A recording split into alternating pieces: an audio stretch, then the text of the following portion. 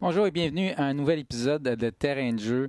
On est de retour avec un épisode 100% jeux vidéo. Et ce que je veux dire par là, c'est on va pas vraiment parler d'actualité aujourd'hui. On a beaucoup de choses à vous présenter. Euh, J'étais avec Patricia Bonjour. Béliveau. Donc, c'est Terrain de jeu, le podcast 100% jeux vidéo et e-sports de RDS Jeux vidéo. On a pris une petite pause, puis là, on est de retour. Prêt à affronter l'automne et toutes les grosses sorties de jeux vidéo. Déjà, bon, il y a déjà pas mal de critiques aussi sur le site. Je vous invite à aller voir. Pas mal de grosses nouvelles aussi derrière moi. Mais aujourd'hui, au fond, on va aborder surtout des sorties de jeux, de nouvelles plateformes et on va parler un petit peu d'horreur aussi Ouais, avec moi, en fait.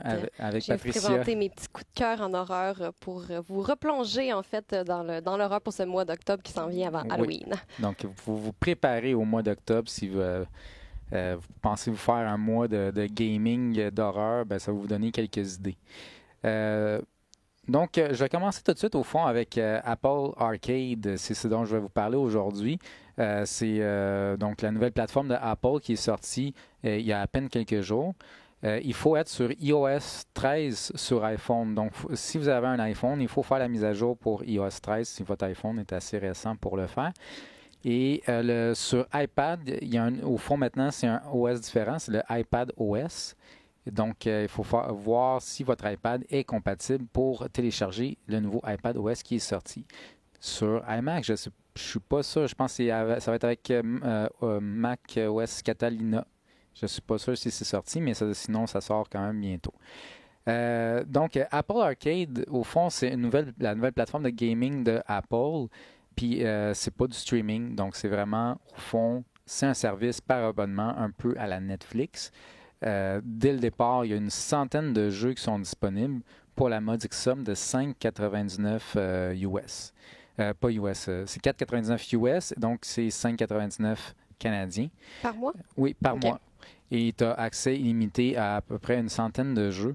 Et ce que Apple ont voulu faire avec ça, ce qui est vraiment intéressant, c'est qu'ils ont vraiment voulu faire, on va vraiment faire une sélection de jeux qui sont intéressants, qui sont différents, certains toujours à la recherche de jeux qui vont réinventer le gaming un peu. Pas nécessairement tous des jeux expérimentaux, mais qui proposent quelque chose quand même de différent, on est plus, c'est surtout des jeux indépendants en fait. Puis c'est ça qui est intéressant avec Apple Arcade. Euh, Aussi, ça propose un modèle d'affaires qui est vraiment plus attrayant si on parle vraiment sur mobile, qui est vraiment attrayant pour ceux qui s'intéressent aux jeux premium sur mobile. Parce que en ce moment, le modèle d'affaires qui domine sur mobile, c'est vraiment les free-to-play avec microtransactions. Et veut pas, ces jeux-là ont tous un peu des mécaniques qui se ressemblent parce qu'ils sont dans le free-to-play avec microtransactions. Il faut toujours penser à comment est-ce qu'on peut faire en sorte que le joueur n'ait pas accès à tout. Il faut il ait accès, mais il faut qu'il soit patient s'il veut avoir accès à tout sans payer. Sinon, comment on le fait payer? Par contre, les jeux premium, ceux que tu fais juste comme payer un montant d'entrée, comme mettons 99 cents ou 5 ou 10 et que tu as accès aux jeux, ils ont de la misère un peu les développeurs ont vraiment de la misère à faire voir leur jeu puis à faire passer cette barrière psychologique de payer une somme pour un jeu mobile. C'est ça aussi l'affaire, c'est que si tu es un joueur console, ben, payer une somme pour un jeu, c'est pas un problème, mais on dirait que sur mobile, il y a comme une barrière il y a tellement de jeux gratuits, quand même, de qualité, que tu arrives, puis là, tu dis, mais pourquoi il faudrait que je paye 5 il faudrait que je paye 10 pour ce jeu-là. Mais c'est parce que c'est des jeux qui ne sont pas dans ce modèle d'affaires de la microtransaction et qui plutôt proposent un jeu complet, plus traditionnel si on veut, mais qui peut être original dans ses mécaniques et qui est original dans ses mécaniques parce qu'il n'est pas obligé de mettre en place un système de microtransactions qui, lui, influence les mécaniques du jeu. Donc, c'est un modèle d'affaires qui, je trouve, qui est super intéressant, autant pour les développeurs, parce que le développeur n'a pas la pression de la performance. On n'est pas obligé de vendre tant de jeux par mois. Les gens payent à l'abonnement à Apple. J'imagine qu'après ça, il y a une certaine redistribution. Évidemment, Apple ne va pas donner ces détails-là. Il y a une certaine redistribution. Et ça permet aussi, Apple s'investit aussi dans le développement de ces jeux-là financièrement. C'est ça, j'allais demander. Est-ce que tu sais s'ils ont acquéri des studios? Ou... Je pense pas qu'ils ont acquéri des studios, mais je pense qu'ils ont aidé les studios avec le développement au niveau financier, puis aussi au niveau du marketing, si on veut, de la visibilité. Parce que, bon, tu arrives sur le Apple Arcade, puis il y a certains jeux qui sont mis de l'avant, probablement ceux dans lesquels Apple s'est investi davantage. Donc, aujourd'hui, bon, ça explique un peu c'est quoi Apple Arcade. Puis un autre truc intéressant par rapport à ça, c'est que, mettons, tu télécharges tu télécharges le jeu sur ton iPhone, tu commences ta partie. Tu t'arrives sur ton iPad, tu peux reprendre ta partie exactement où tu étais. Tu arrives sur ton iMac, tu reprends ta partie exactement où tu étais. Donc, il y a aussi, vu que c'est des jeux qui sont tous donc jouables sur iPhone, mais qui sont jouables sur un ordinateur aussi. Donc, un truc qui est vraiment intéressant à propos de Apple Arcade, c'est que tu peux utiliser tes manettes PS4, Xbox One. C'est compatible avec la fonction Bluetooth. Même sur ton iPhone, tu mets ton iPhone, tu prends ta manette, tu actives le Bluetooth et le tour est joué. Tu peux jouer à ces jeux-là avec une manette. Il y a certains jeux qui se prêtent vraiment mieux au contrôle tactile. D'autres se prêtent peut-être un peu mieux au contrôle qu'une manette. Il y en a qui vont mieux se jouer sur iPad parce que l'interface est un petit peu petite. Donc, si tu veux comme peser de façon précise, c'est mieux sur un iPad que sur un iPhone. Donc, sinon, ben, c'est ça. Tu as toutes sortes d'options pour jouer, puis tu as vraiment toutes sortes de jeux. Donc, je vais vous présenter aujourd'hui 4 jeux que j'ai eu le plaisir d'essayer. Au fond, en fait, en ce moment, vous pouvez vous abonner gratuitement pour un mois à Apple Arcade. Donc, vous pouvez prendre un mois gratuit, essayer à l'infini tous les jeux qui sont disponibles en ce moment. Et si après un mois, ben, vous dites ben, ça ne m'intéresse pas, ben, vous désabonnez, puis c'est tout. Mais vous aurez eu la chance d'essayer plein de jeux. Il y a des jeux qui sont exclusifs à Apple Arcade, d'autres qui ne le sont pas. Mais même pour ceux qui ne le sont pas, ça reste quand même intéressant comme modèle d'affaires, 6,99 par mois pour avoir accès à ce jeu-là, comparé à, mettons, payer 10, 20 30 pour ce jeu-là, mettons, sur Switch ou sur PS4 ou sur Xbox One ou sur PC. Mais c'est le fun parce qu'un jeu mobile peut facilement coûter 5$. Fait que dans le fond, tu viens de te payer un jeu mobile une fois dans le mois, puis tu peux jouer à comme une bibliothèque complète. Fait que c'est super le fun. Il y a un autre truc important, c'est que tu peux jouer hors ligne.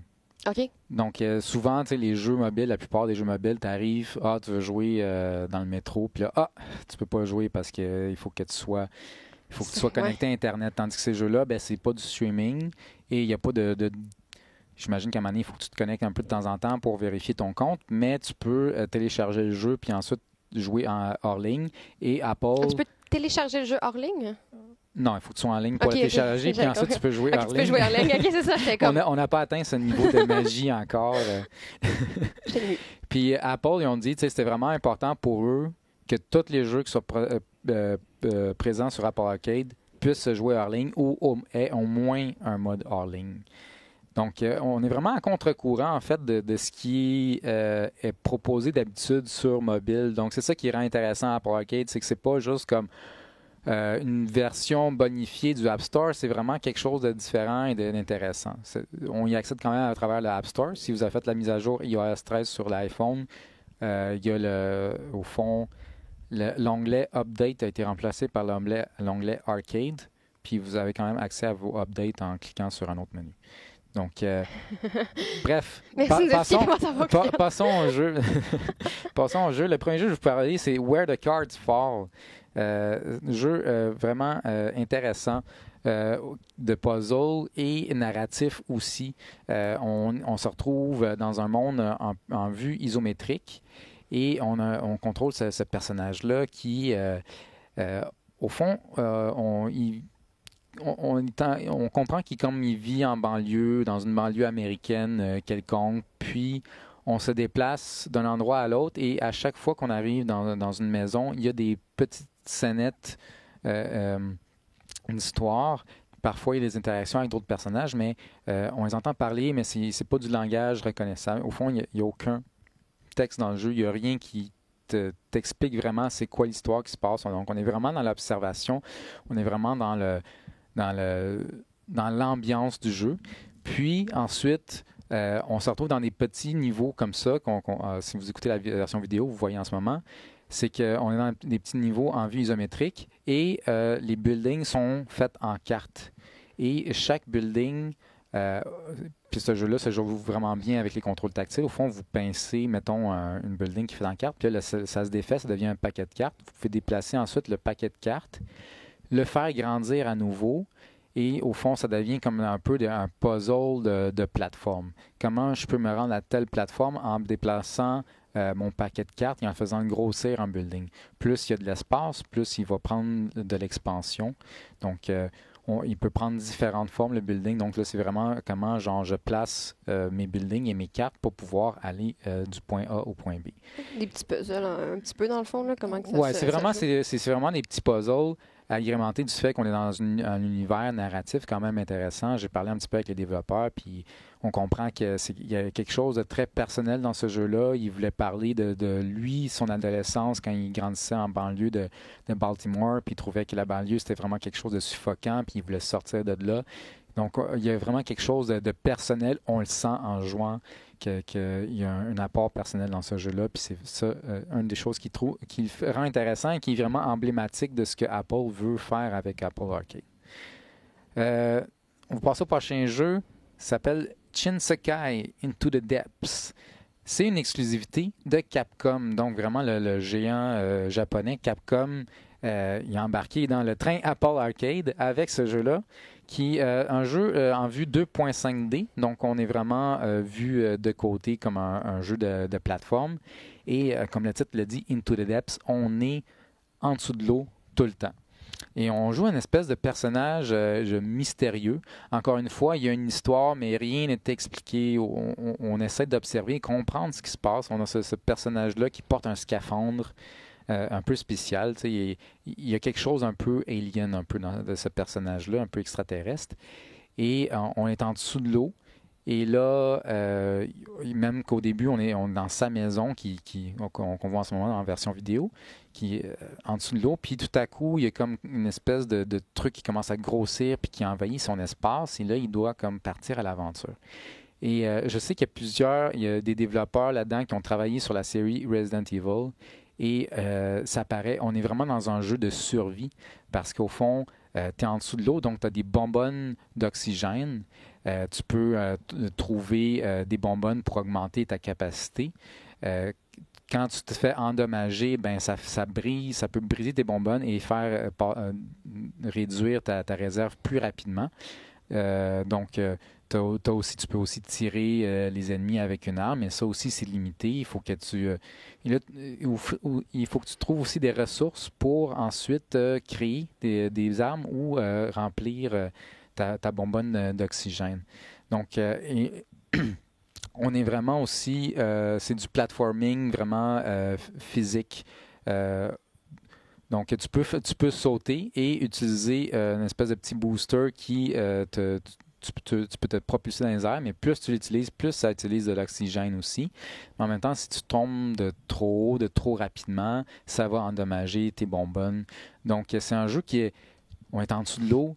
Il y a une belle ambiance, c'est lent, il faut que tu prennes ton temps de bien faire les choses, d'avancer tranquillement. Il y a des ennemis aussi. On a une espèce de petit grappin, on peut frapper les ennemis, on peut tirer, on peut s'accrocher au mur, escalader. Il y a différentes sortes de terrains qui vont faire en sorte qu'on peut avancer plus lentement ou plus rapidement. Comme on voit en ce moment en vidéo, il y a des boss aussi, des gros boss à la fin des niveaux, puis il faut combattre ces boss-là avec tout l'arsenal qu'on a à notre disposition. Ça fait penser, c'est un petit peu aussi, le jeu est linéaire, mais il y a quand même un petit peu de backtracking des fois. Ça fait penser à Metroid, en fait, ce jeu-là. C'est vraiment un Metroid en dessous de l'eau. C'est pas aussi vaste qu'un Metroid en termes de j'avance, je recule, au niveau de la map, c'est un petit peu plus linéaire, mais au niveau de l'ambiance, au lieu d'être dans un underground, on est en dessous de l'eau, c'est assez sombre parfois. Donc, c'est vraiment un jeu différent et unique et aussi, je pense, emblématique de ce que Apple Arcade a à offrir. Et c'est le fun de voir que c'est une exclusivité Capcom. Donc, les gens s'attendaient peut-être à sans jeu, ça va être juste le filler du App Store qu'il va y avoir sur Apple Arcade. Non, il y a vraiment des productions originales intéressantes. Prochain jeu, ça s'appelle Ocean Horn 2. Si vous aimez les jeux de Zelda, vous allez aimer ce jeu-là parce que c'est vraiment très fortement inspiré. Si vous écoutez la version vidéo, vous allez le constater quand même assez rapidement. On joue un personnage qui a une épée et un bouclier, qui a un chandail bleu qui ressemble beaucoup au chandail de Link dans Zelda Breath of the Wild. Donc, on est dans un environnement quand même assez coloré. On peut se promener en bateau. On est dans un environnement un petit peu plus avancé technologiquement, par contre. C'est comme steampunk un peu, je pourrais dire. Et on est vraiment dans des environnements quand même vastes avec des donjons.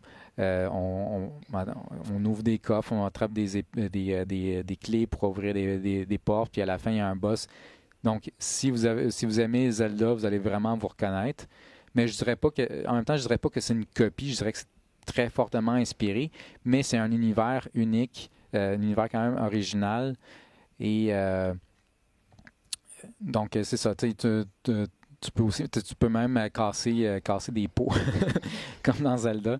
Mais donc, c'est vraiment un jeu. Tu regardes ça puis tu dis pas, ça c'est un jeu mobile, mais non, c'est vraiment un jeu, un AAA d'action-aventure. Et moi, j'y ai joué. C'est un jeu, oui, tu peux jouer. Tantôt, j'ai pas mentionné, mais il y a Apple TV. Tu peux aussi jouer à Apple Arcade sur Apple TV, donc sur ta télé avec ta manette Xbox et PS4.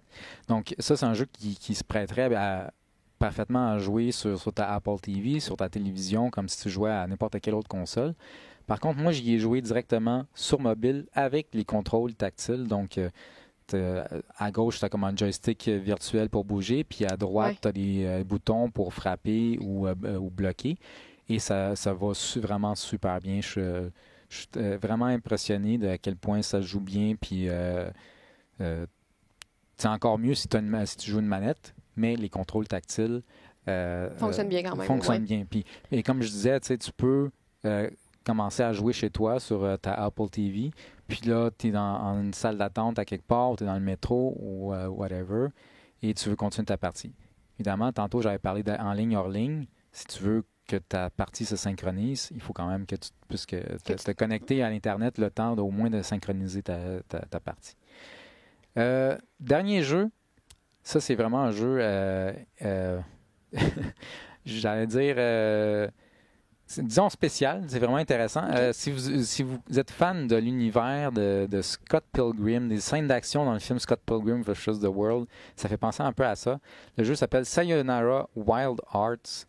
De Annapurna Interactive, qui font vraiment beaucoup de jeux intéressants sur mobile. Et on a une espèce d'univers difficile à décrire, où est-ce que tout vraiment peut arriver. On vole à travers le ciel, tout à coup on est à bord d'une moto, là tout à coup on combat à l'épée. Et au fond, c'est super rapide, puis c'est très musical et rythmique comme jeu. Donc, si vous aimez les jeux de musique, les jeux de rythme, vous allez apprécier Sayonara. Ça aussi, j'ai joué surtout sur mobile. Je pense que ça se jouerait mieux avec une manette, surtout dans les moments où est-ce qu'il faut que tu contrôles rapidement ton personnage. Et le jeu n'est pas difficile en tant que tel, dans le sens que tu fonces sur un mur, tu meurs, tu recommences peut-être 2 secondes avant que tu sois mort, donc tu recommences rapidement. Le but, les niveaux sont quand même courts, mais le but, c'est d'avoir un peu le meilleur score possible dans chaque niveau. Et il y a beaucoup aussi de timing au niveau de genre, il y a un personnage qui arrive, puis pour te frapper, ben, c'est juste une question de peser sur l'écran au bon moment. Donc, c'est vraiment un jeu... si tu as envie de te réveiller. Tu joues à ça. Oui, ça joue avec les réflexes, mais encore là, c'est pas un jeu qui est punitif si tu réussis pas du premier coup. Donc, c'est vraiment un univers complètement déjanté à découvrir, très coloré. Je vous conseille fortement ce jeu-là. Et, là, c'est ces 4-là que je voulais vous présenter, mais il y a vraiment, en ce moment, comme je disais, il y a une centaine de jeux sur Apple Arcade.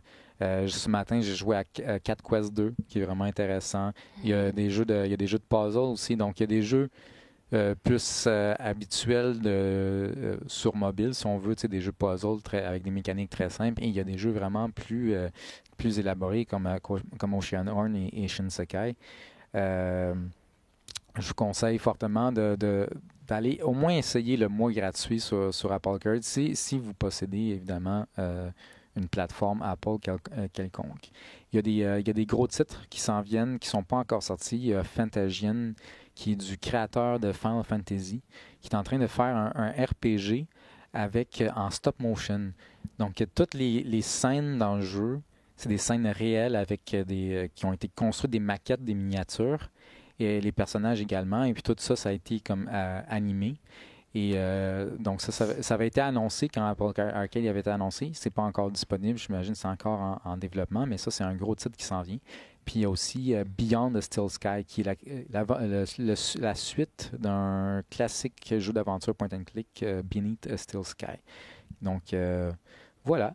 C'était ma présentation de Apple Arcade. Super cool. Patricia, tu as essayé une nouveauté qui est sortie cette semaine, qui est très attendue depuis quelques mois, depuis que ça a été annoncé, parce que c'est une des franchises les plus populaires au monde. Oui. On parle évidemment de Mario Kart. Oui, on parle de Mario Kart sur mobile, bien entendu, qui est sorti hier ou avant-hier? Avant-hier, je crois. Oui. Avant-hier. Bon, en tout cas, ça fait vraiment, vraiment pas longtemps, fait qu'on n'a pas vu beaucoup jouer. Mais de ce que j'en ai particulièrement testé, j'ai pas trouvé ça full cool. Il y avait l'air d'avoir de la microtransaction, toutes ces choses-là. Un petit peu du chose de... comment je pourrais dire ça? De la chance, là, quand tu veux avoir un personnage, tu peux pas vraiment l'acheter. C'est comme une roulette. Ouais, sinon, ça, c'est plus pour ce qui est un petit peu tannant pour le côté, mais vraiment, comment ça se joue dans les mains, c'est que vous avez votre cellulaire en mode portrait, c'est ça? Ouais. En mode portrait. Puis, c'est pas du tilting de screen, c'est vraiment avec votre doigt, vous allez le déplacer de gauche à droite, puis ça va déplacer l'angle où est-ce que votre véhicule, dans le fond, se déplace. Au début, c'est un petit peu galère, je trouve, vraiment, les premières courses, tu te demandes un petit peu comment ça fonctionne. C'est quand même sensible aussi, là, fait que t'as vraiment pas beaucoup besoin de bouger ton doigt pour que ça bouge. Puis c'est ça, le 50cc aussi, quand tu commences, c'est extrêmement lent. Je pense que ça l'aide pas avec les tournants, tellement c'est lent. Mm-hmm. Après ça, tu débloques le 100cc, c'est beaucoup plus le fun. Mais honnêtement, ce que j'ai trouvé, c'est que j'avais pas le même plaisir que de contrôler ma voiture avec une manette, dans le fond. J'avais l'impression un peu que ça avance tout seul. Ouais. Tu peux pas freiner. Est-ce que j'en ai compris? Je sais pas. Tu peux un peu drifter comme ça, mais ça, c'est vraiment juste en changeant, encore une fois, l'angle dans lequel ta voiture va. Fait que le but, c'est un petit peu d'avoir le meilleur angle, tu sais. C'est d'arriver à la courbe avec le meilleur petit angle du doigt, parce que sinon, la vitesse, le freinage, toutes ces choses-là, c'est pas toi qui as le contrôle là-dessus. C'est sûr que ça peut être le fun quand même. Là. C'est sûr que c'est pas un jeu Mario Kart complet, mais ça peut être le fun de jouer à ça dans l'autobus, dans le métro. Les courses sont très rapides, sont très courtes. Sinon, je pense que le mode en multijoueur n'est pas encore disponible, donc on se bat contre des bots.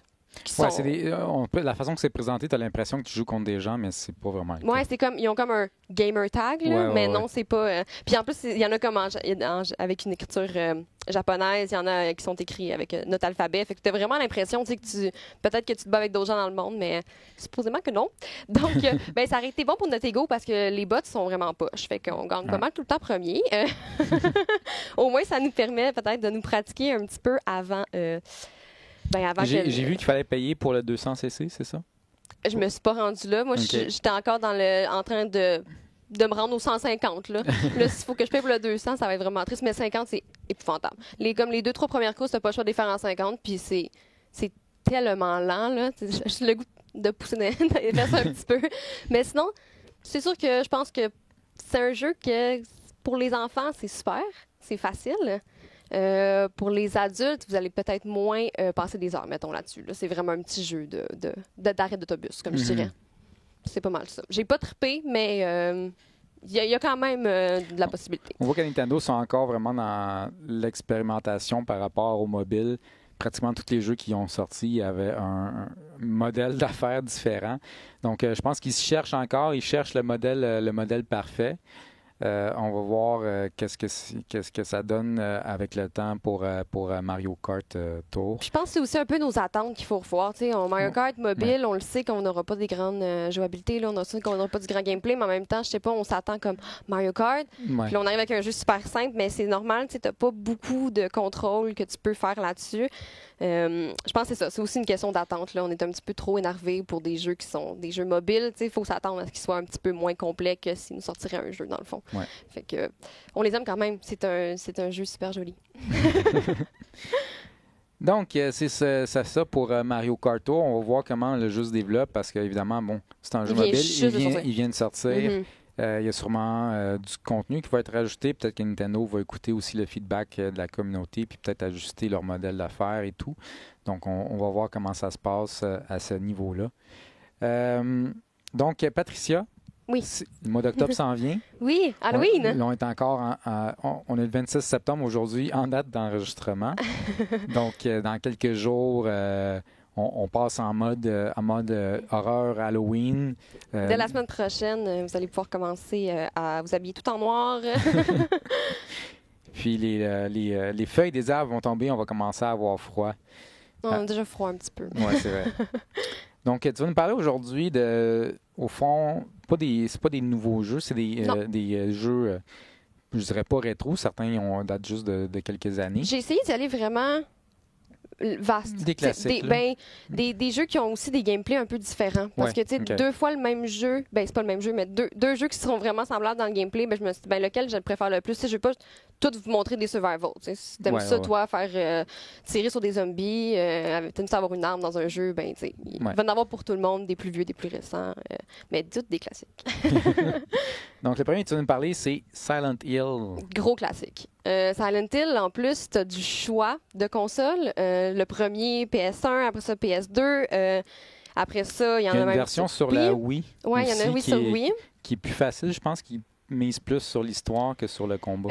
Moi, quand j'étais jeune, j'ai essayé la version sur Wii et je t'avouerai qu'avec les contrôles de la Wii, c'était assez galère. Mais tu sais, c'est sûr qu'ils l'ont probablement rendu plus facile parce que c'était comme vraiment difficile. Pour vrai, ils nous faisaient pointer avec la colline. Tu sais, faut que je tue des nurses puis tu me fais pointer. Non. Dans Resident Evil 4, ça allait bien sur Wii, le pointeur.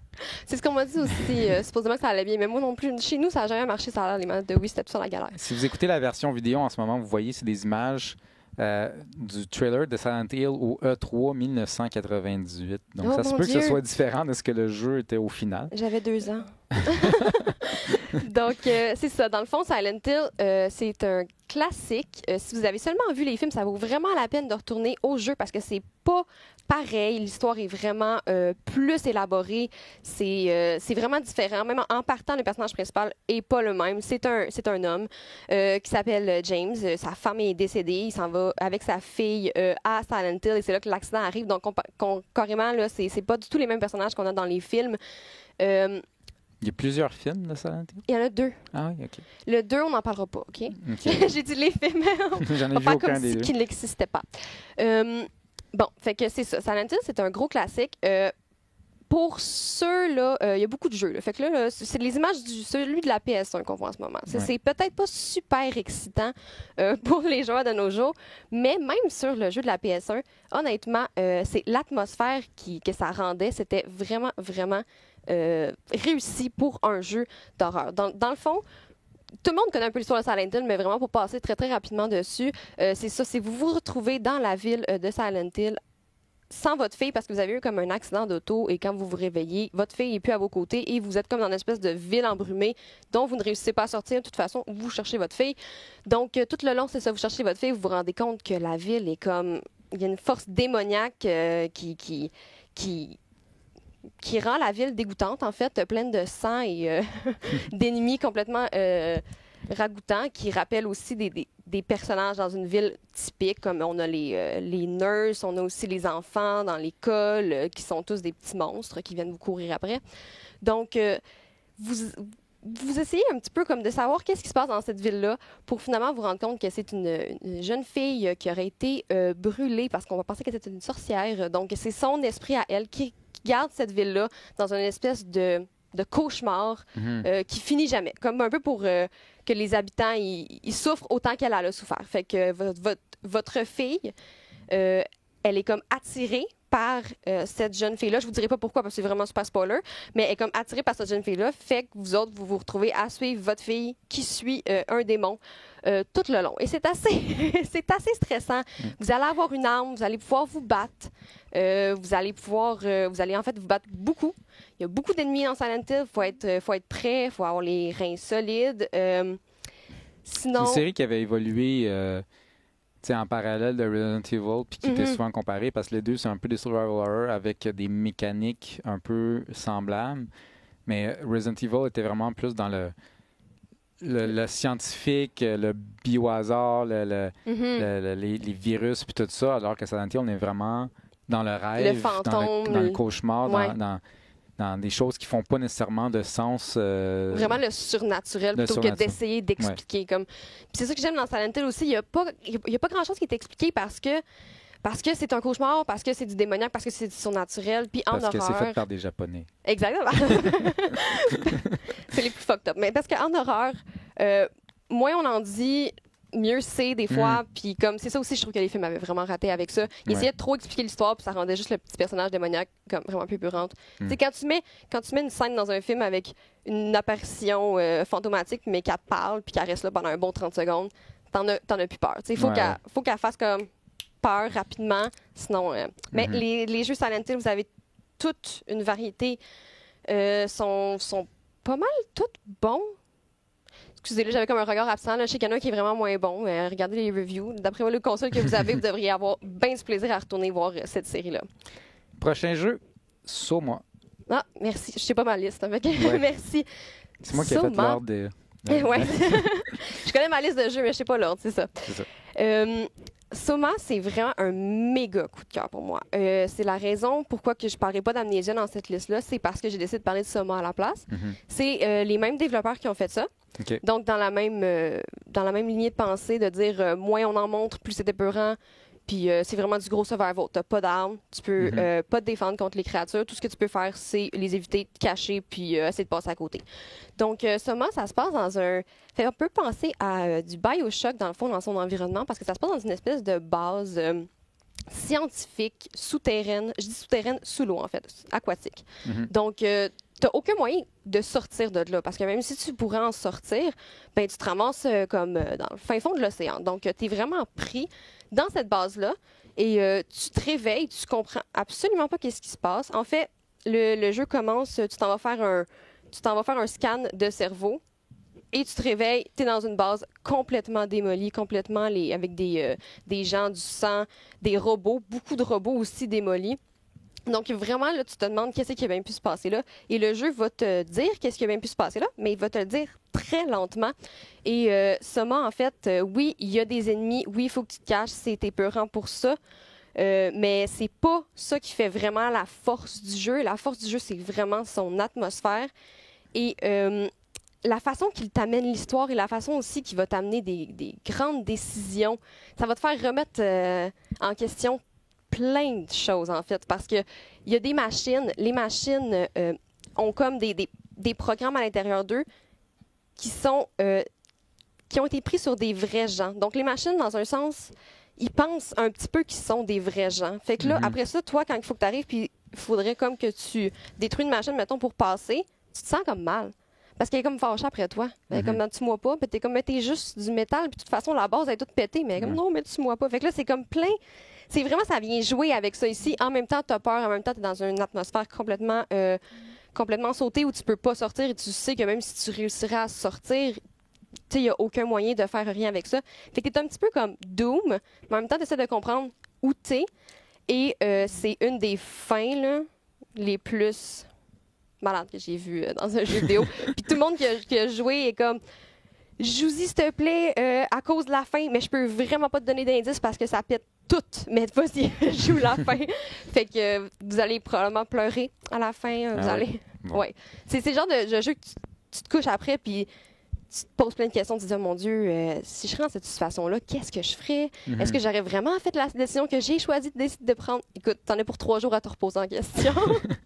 Donc, Soma, si vous avez aimé beaucoup Amnesia, ben, c'est les mêmes créateurs. C'est vraiment cool. Puis, ce qu'ils ont fait de plus que dans Amnesia, dans le fond, c'est qu'ils ont été vraiment plus joués dans l'histoire, tandis qu'Amnesia, ils voulaient juste que tu aies peur, dans un sens. Mais ils ont moins été travaillés sur le côté psychologique de l'être humain dans leur histoire. Donc, le prochain jeu, probablement un jeu le plus épeurant de tous les temps. Ah, j'ai une idée de quoi tu parles. Il est quand parles. même très court. Qui dure, si tu le connais bien, je pense que ça se finit en 20 minutes. Je parle de P.T., qui, au fond ça faisait partie de la franchise Silent Hills. Oui, ça faisait partie de la franchise Silent Hill. Au fond, le vrai titre, ça s'alignait pour être Silent Hills. Au fond, PT, c'était Playable Trailer, oui, c'est ça. Ou Teaser ou Trailer, oui, c'est ça. Je te laisse en parler. Dans le fond, c'est ça. PT, je voulais le rajouter un peu avec Silent Hill parce que c'était comme une espèce d'espoir d'un nouveau Silent Hill qu'on aurait pu avoir avec, en plus, Hideo Kojima et Guillermo del Toro. S'il vous plaît, j'aimerais ça, moi, en ce moment, aller dans une réalité alternative où le jeu a été fait juste pour pouvoir y jouer. J'en suis tellement triste qu'il n'ait pas été fait parce que le Playable Trailer était honnêtement terrifiant. Terrifiant, Mais dis-toi que dans cette réalité alternative, peut-être que Death Stranding n'existe pas. C'est correct. Un mal pour on l'a pas encore joué. Tu vois, l'échange était correct pour moi. J'ai hâte à Death Stranding, mais l'échange était faisable. Donc, ce qui fait vraiment peur dans PT, puis j'ai dû un petit peu aller faire des recherches, savoir c'est quoi qui fonctionne autant. Pourquoi les gens parlent autant? Pourquoi nous-mêmes, quand on essaie d'y jouer, on est autant terrifiés dans le fond? Parce que c'est pas...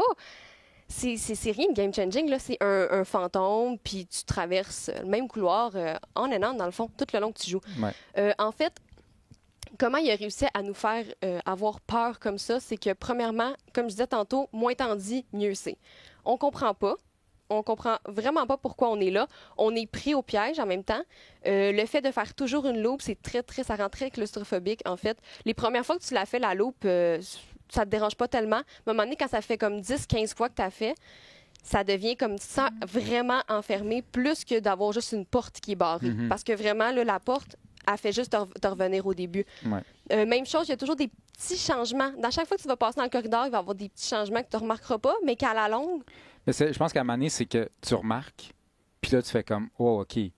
Ben, c'est ça, tu n'as pas remarqué les 4-5 Parce qu'au début, petits. tu penses que je fais quelque chose de pas correct, je tourne en rond, un peu comme la forêt perdue dans Zelda. Quand tu n'as pas le même chemin, tu tournes en rond. Là, tu es comme, OK, il y a quelque chose que je n'arrive pas à faire. Puis à un moment donné, tu te rends compte, non, il y a des choses qui ont changé. Donc, je suis en train de progresser, mais tu sais pas pourquoi. Puis oui, c'est ça aussi. Il ne donne pas beaucoup d'informations sur ta progression. Est-ce que ça va bien? Est-ce que je fais juste tourner en rond comme une poule pas de tête depuis tantôt, mais il n'y a absolument rien qui avance, comme tu disais? Il y a eu beaucoup de gens, dans le fond, qui ont eu cette impression-là au début. Il n'y a rien qui se passe, je comprends pas. Est-ce que ça fonctionne? Mais en même temps, il avait peur à chaque fois qu'il arrivait dans le couloir. Il avait peur d'avancer, puis il comprenait pas qu'est-ce qui se passait.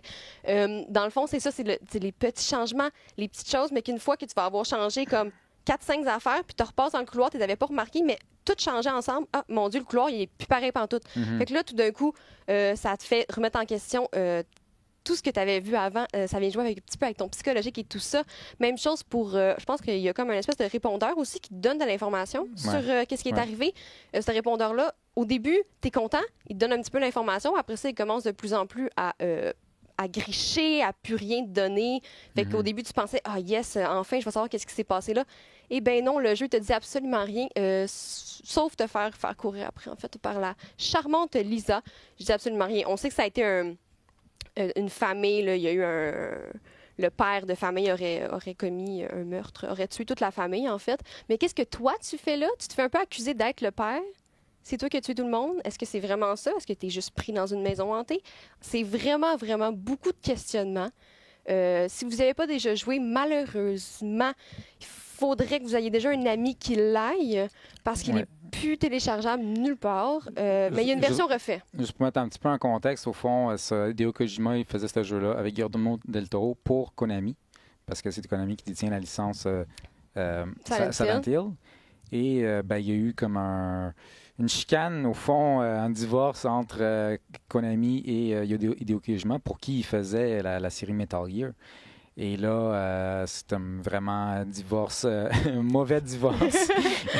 Puis Konami, ils ont cancellé les jeux et ils ont retiré le jeu du shop de la PlayStation.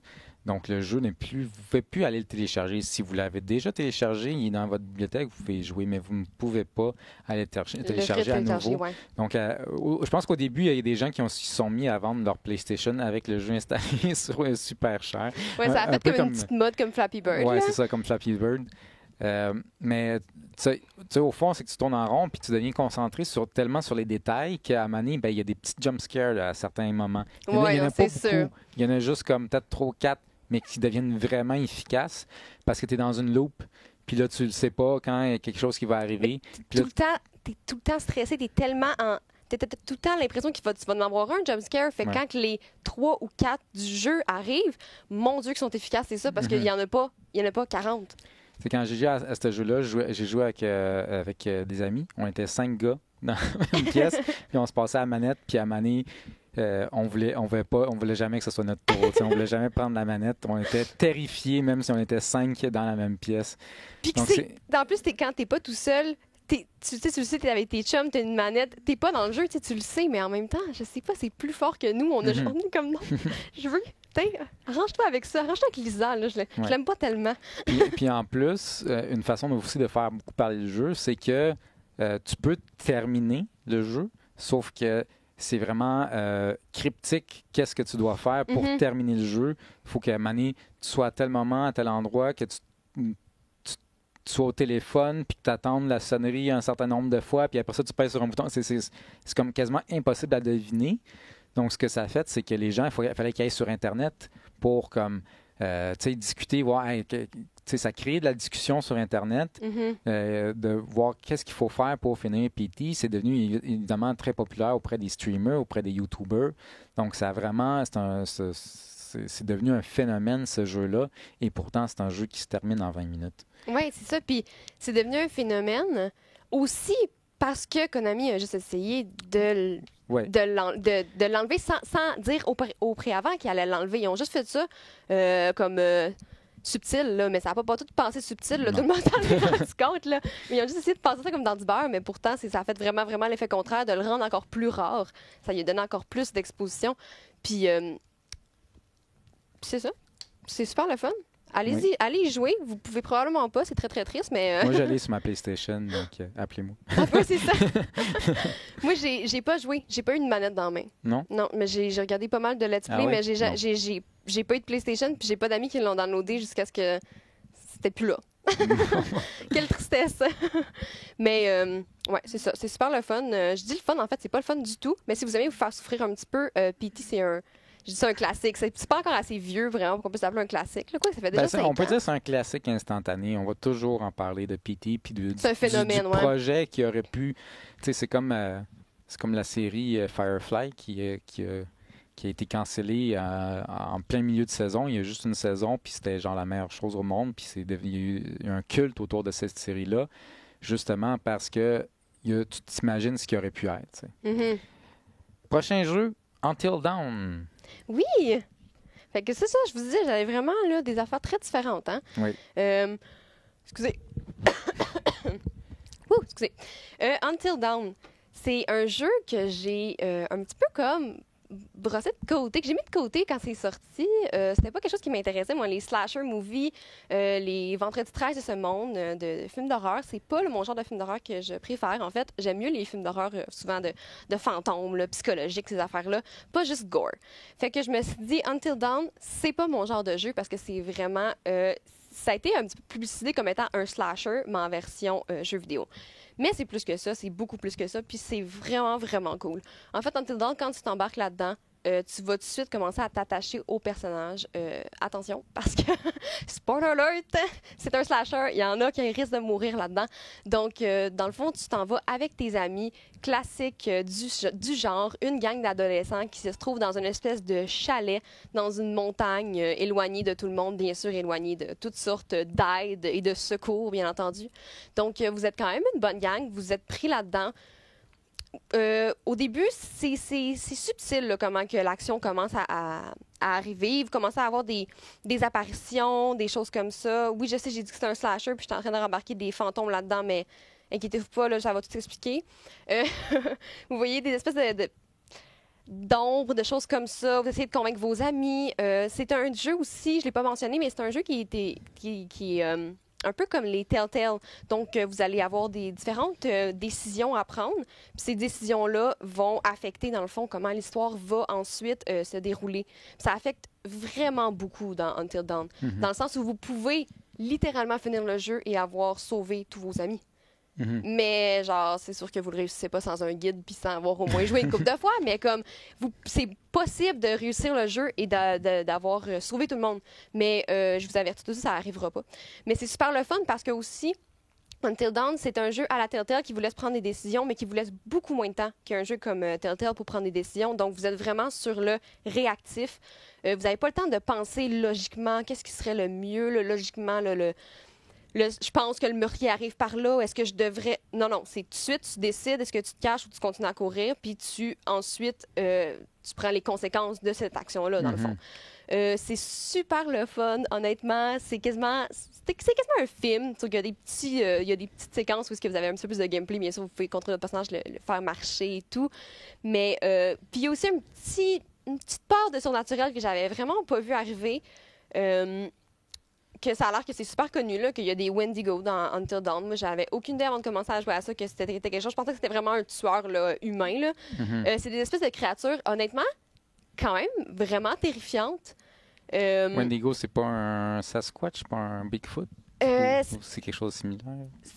Ça ressemble à ça dans l'esprit, ou est-ce que c'est une espèce de créature...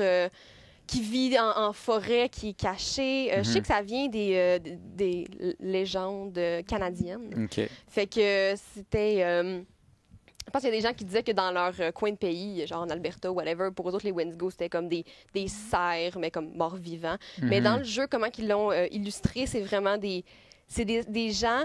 Aucun poil partout sur le corps, aucun sexe non plus, parce qu'ils sont tout nus, fait qu'on le saurait. Ils ont des bras vraiment, vraiment, vraiment longs, des jambes vraiment longues. Puis ils se promènent comme un peu à quatre pattes, là, un peu dérangeant, là, puis ils courent vite. Fait que, au fond, c'est Slenderman.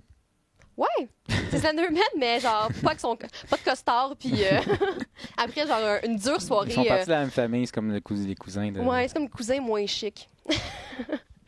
Genre vécu ça à la ferme, le Wendigo, il est un petit peu moins chic. Mais en tout cas, ces créatures-là aussi sont... Il y a des mécaniques qui vont s'ajouter avec ça, comme si vous bougez, ils vous voient. Donc, des fois, certaines décisions peuvent prendre plus de sens parce que c'est ça qui vous court après. Donc, c'est vraiment le fun, honnêtement.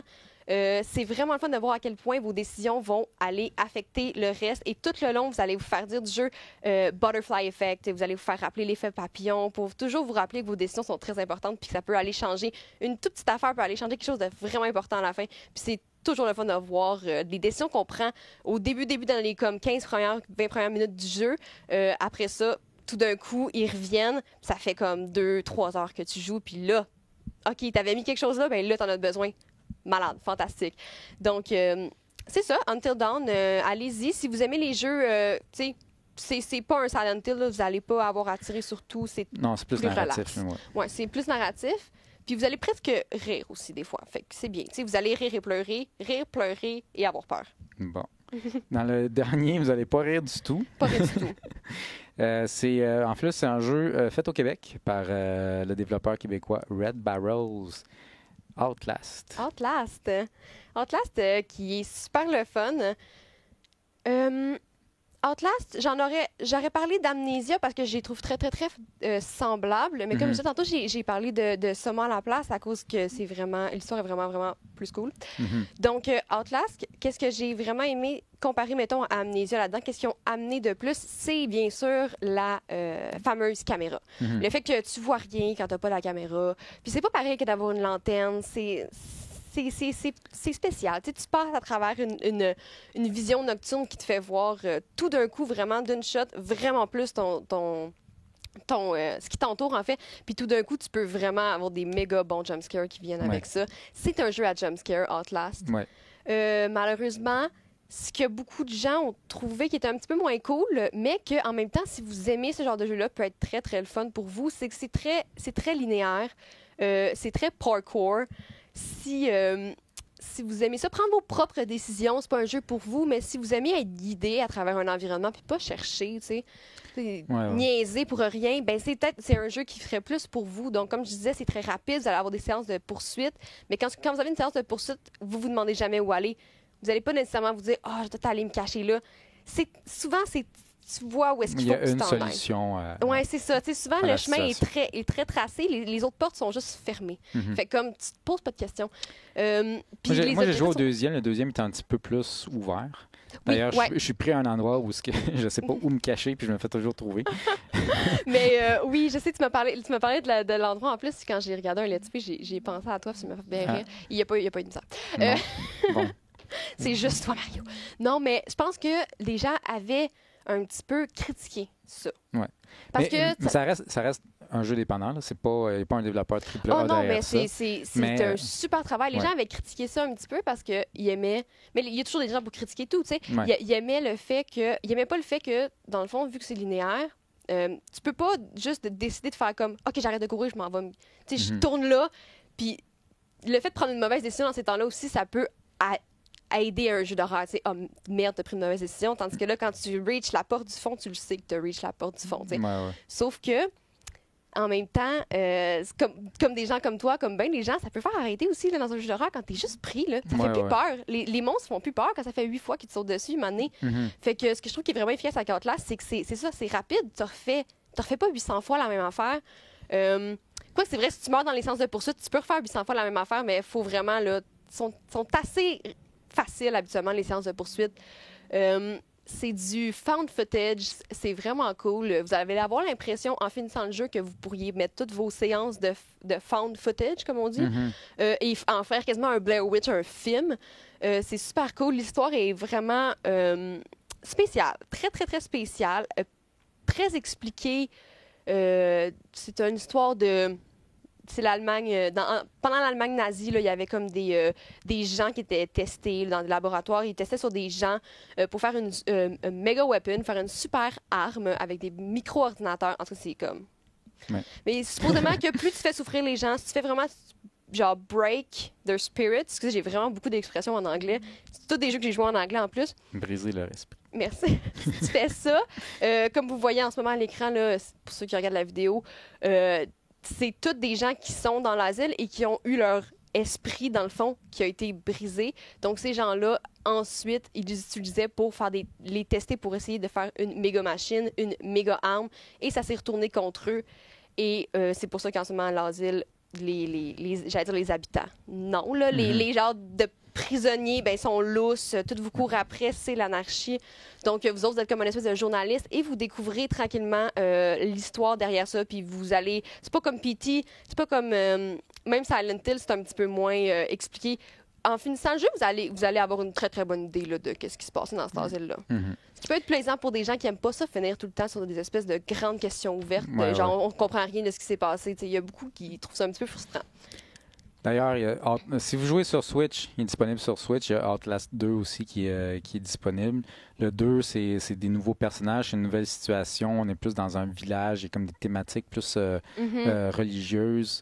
Donc, c'est vraiment plus comme un culte. Donc, les gens, ils sont un petit peu fous parce qu'ils font partie d'un culte, puis ils veulent t'attraper, puis ils capturent ta femme qui est enceinte, puis ils pensent que elle va donner naissance à l'Antéchrist. Donc, on est vraiment... C'est peut-être des grosses histoires de même. Puis, tu vois, encore une fois, tu vois qu'ils ont vraiment passé d'un sujet à un autre, là, complètement entre le 1 et le 2. Là, dans le 1, c'était des espèces de technologie de micro-robots, de super weapons.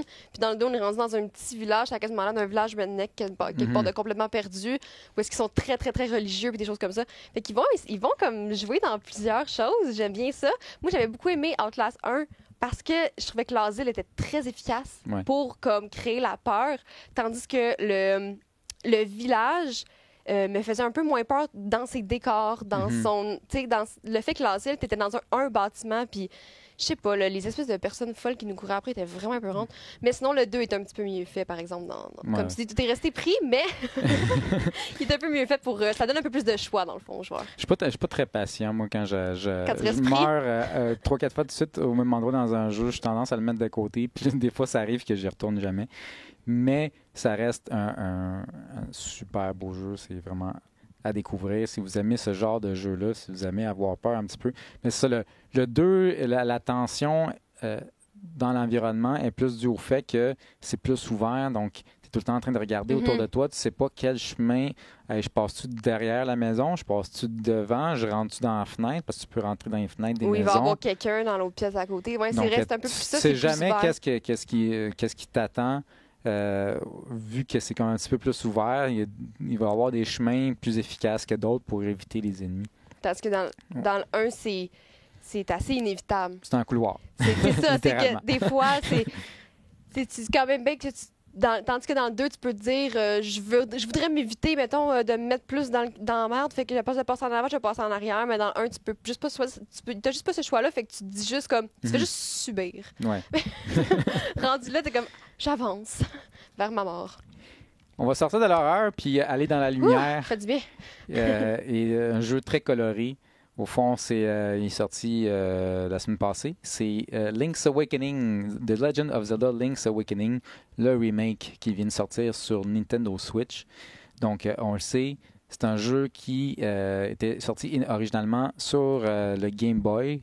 Il y avait eu une version aussi DX qui était faite pour, je pense, le Game Boy Color, si je ne me trompe pas, qui rajoutait quelques petites choses. Et maintenant, c'est, je pense, en fait, la 3e version du jeu, mais on est vraiment ailleurs. C'est pas un remaster, c'est vraiment un remake. On n'a pas juste mis des graphiques HD. Non, c'est vraiment... le jeu a été refait complètement avec un style graphique particulier qui renvoie au fait que ça vient du Game Boy. Les personnages ne sont pas très détaillés, mais c'est comme volontairement, c'est très, très, très cartoon. Selon l'Hyrule Historia, j'ai aimé ton début de phrase. Donc, le Link qu'on joue dans Link's Awakening, c'est en fait le Link qui a vécu le plus d'aventures différentes. C'est celui qui a le plus d'expérience parce que c'est le même Link de A Link to the Past, puis de Oracle of Ages, puis Oracle of Seasons, qui est à sa quatrième aventure. Après les Oracles, il part en bateau sur la mer, puis là, il y a comme une tempête. Puis il se retrouve sur une plage. Et là, il y a un personnage qui s'appelle Marine qui le réveille et qui le ramène à la maison. Puis après ça, il faut qu'on retourne sur la plage, on trouve notre épée. Et là, on apprend qu'il se passe quelque chose. Il y a un poisson, une baleine géante qui rêve et il faut la réveiller. Et pour ce faire, il faut aller donc dans les différents donjons. Et dans chaque donjon, à la fin, il y a un instrument. Et à la fin, quand tous les instruments sont finalement rassemblés, on va pouvoir réveiller la baleine, la baleine qui rêve. Donc, c'est essentiellement le même jeu qu'au Game Boy. Contrairement à le dernier du genre qui est sorti, qui était la suite de Link to the Past, Link Between Worlds, on remarquera que dans Link's Awakening, c'est un jeu quand même pas mal plus linéaire au niveau de dans quel ordre tu dois faire les donjons. Tu peux pas vraiment décider de je vais aller faire tel donjon avant tel parce que pour pouvoir accéder au prochain donjon, il faut que tu aies l'habilité que le donjon précédent te donne. Donc, on est vraiment dans un jeu un peu plus linéaire, plus court aussi, mais il y a quand même des choses qui ont été rajoutées. Il y a des coquillages à collectionner. Il y a aussi des petits défis tu crées des donjons, en fait. Ça, c'est complètement nouveau. Et ça donne l'idée que peut-être qu'il y a un Zelda Maker qui s'en vient, ce serait le fun. Mais au fond, c'est que il y a le personnage de Igor qu'on a vu dans la vidéo d'ailleurs, le monsieur qui s'occupe du cimetière. Et, au fond, on va le voir, puis à chaque fois qu'on a complété des donjons, on débloque ces salles-là qu'on peut ensuite les utiliser pour créer des donjons. Puis là, c'est comme des petits... c'est plus des puzzles, en fait, parce qu'au fond, tu arrives, OK, tu as un défi, il y a une pièce qui est déjà là, une pièce qui est déjà là, une pièce qui est déjà là. Comment tu fais fitter les pièces que tu as pour pouvoir créer un donjon où est-ce que tout est relié et c'est fonctionnel. Puis après ça, tu peux jouer le donjon pour obtenir des petits bonus. Donc, c'est pas quelque chose qui est nécessairement essentiel au jeu, mais c'est un ajout qui va rallonger l'aventure. Si vous connaissez déjà ce jeu-là par cœur, puis vous dites je vais le finir en 3 heures, ben, il y a ça qui se rajoute. Mais même si vous l'avez déjà, même si vous le connaissez par cœur, je trouve que là, graphiquement, le jeu, il est vraiment beau, puis on est vraiment ailleurs. C'est pas juste, comme je disais, on n'a pas juste pris les graphiques originaux puis qu'on a rajouté des détails. C'est vraiment, on a tout refait de A à Z, mais en même temps, on a respecté le jeu original. C'est la même carte, c'est la même map, donc c'est les mêmes donjons, c'est les mêmes boss et tout. Le jeu, il est très beau, il se joue très bien. Là, on joue avec, évidemment, le joystick, ça fait qu'on peut mieux diriger Link et la direction de nos coups, contrairement au Game Boy où est-ce qu'on était avec le D-pad et on était un petit peu plus limité. C'est un jeu que je suis rendu peut-être à la moitié, puis j'ai quand même beaucoup de plaisir. Il y en a qui vont dire ah, mais là, un remake à 80$. Rendu là, ça dépend de vous. Est-ce que vous avez déjà joué l'original, puis c'est plus pour le côté nostalgie? Si vous ne l'avez pas fait, ben écoutez, il y a des jeux à 80$ qui durent entre 5 et 10 heures. Il y en a à la pelletée. C'est généralement pas un problème. Là, ça devient un problème à la tête des gens parce qu'ils savent que c'est un remake puis que l'original dure un certain nombre d'heures. Puis là, ça bug les gens, mais au niveau de la qualité du jeu, on est vraiment dans un jeu moderne quand même. Là, c'est pas juste on a repris les mêmes affaires puis il y a les mêmes problèmes que l'original. Comme je disais, la seule chose, c'est que c'est un petit peu plus linéaire que les Zelda récents auxquels on était habitués, Link Between Worlds et même Breath of the Wild. Mais c'est vrai, c'est d'autres choses. ouais, c'est ça, c'est d'autres choses, mais bon, je comparais plus à Link Between Worlds où est-ce qu'on pouvait faire les donjons dans le désordre puis que c'est beaucoup plus rapide aussi entre les donjons. Moi, un truc qui m'a toujours agacé dans Link Awakening, mais ça c'est personnel, puis évidemment c'est encore là, c'est que je trouve qu'il n'y a pas cette même fluidité entre les donjons. C'est pas toujours clair de genre, ok, j'arrive pour aller à l'autre donjon, je peux pas y aller, j'ai besoin de quelque chose. Qu'est-ce que j'ai besoin? C'est pas toujours clair. Il y a peut-être des joueurs plus jeunes qui vont se buter à ça. Dès le début du jeu, en fait, tu vas chercher ton épée, puis après ça, on te dit, ben, il faut que tu ailles dans le donjon qui à telle place. Puis là, tu es perdu dans la forêt, puis c'est pas... tu as des indices, qu'est-ce qu'il faut faire, mais c'est pas nécessairement clair. Puis moi, j'avais complètement oublié. Puis, donc, des fois, tu as des petits freins comme ça qui peuvent parfois rendre le jeu un petit peu frustrant, surtout si tu as joué à Link Between Worlds, où est-ce que c'est vraiment très fluide dans tes donjons, tu passes rapidement d'un donjon à l'autre, puis t'as pas de temps de trucs à chercher et tout. Là, c'est un petit peu ça, mais en même temps, c'est normal, ça rajoute à la longévité du jeu et ça nous fait explorer le jeu, même si ça prend, je te dirais qu'après le deuxième, troisième donjon, là, tu commences à vraiment plus pouvoir explorer l'ensemble de la map parce que tu as ce qui te permet de sauter et de soulever des roches. Avant ça, tu es quand même pendant les 2 premiers donjons, tu peux pas, comme dans le Zelda original, dire mais moi je m'en vais comme à l'autre bout puis je vais explorer pour le fun. Donc c'est un jeu, c'est ça. C'est un petit peu plus dirigé au niveau de l'exploration. Mais à un moment donné, ça s'ouvre un peu plus. Donc Link's Awakening, c'est un classique indémodable. C'est un jeu, il n'y a pas grand-chose à dire contre ce jeu-là, à part les petites choses que je viens de mentionner, mais encore là, c'est surtout pour dire. Moi, je trouve que c'est un jeu presque parfait et qui vaut amplement son plein prix. voilà. Voici, Donc, voilà. on a passé à travers, on a parlé quand même de 4, 5, 9, 10 jeux aujourd'hui. Ce qui est quand même, non, 11 jeux. 11 jeux. Donc, voilà, on a fait le tour. Ça va être la fin de l'émission. Donc, comme d'habitude, je vous invite à nous suivre sur les réseaux sociaux, sur notre page Facebook, sur notre groupe Facebook, sur iHeartRadio pour la version podcast. On va être sur YouTube en version vidéo et sur rds.ca et jeuxvideo.rds.ca. Donc, merci beaucoup de nous avoir écoutés. Merci, Patricia. Merci. Ben, merci à toi de m'avoir invité. Et Ça à fait la plaisir. prochaine.